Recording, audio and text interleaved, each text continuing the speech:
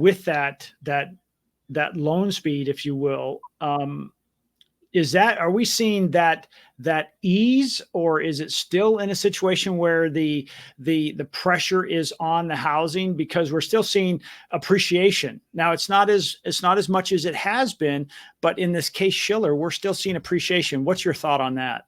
Yeah, well, first of all, the prepayment speeds, I would argue, have slowed a little bit, only because the refi side of the industry has slowed down to a trickle of what it was a couple of years ago.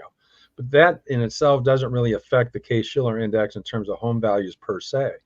And one of the things we've seen, in fact, in this latest release in May, and again, this is a lagging index, it's not current up to today, the year-to-date appreciation in home values, again, in the U.S. as a whole, 4.1%, which is the fastest start of the first half of the year in terms of appreciation in 2 years.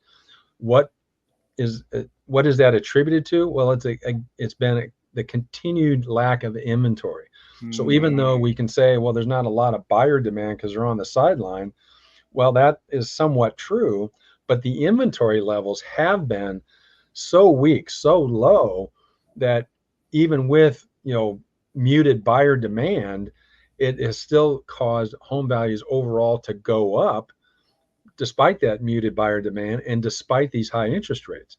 And so that's been the situation, that while all these home buyers who are afraid of current rates, and maybe there's an affordability issue to where they can't qualify for these rates, but I would argue a lot of people can, they just don't want to, they've been waiting. And I think waiting has cost them, because these home values have continued to go up. Now, what's happened and the evidence in the last couple of months, which is not showing in the Case-Shiller Index yet because it hasn't been released for June or July, there is more inventory. Inventory is growing.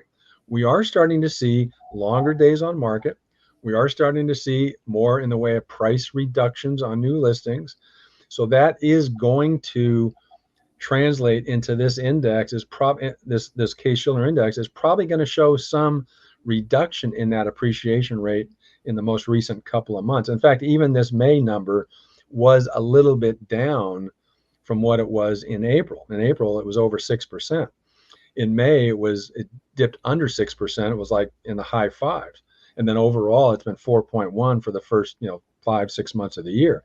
So the indication is we may see some softening in that appreciation rate of new homes nationally when the index is released in June and July.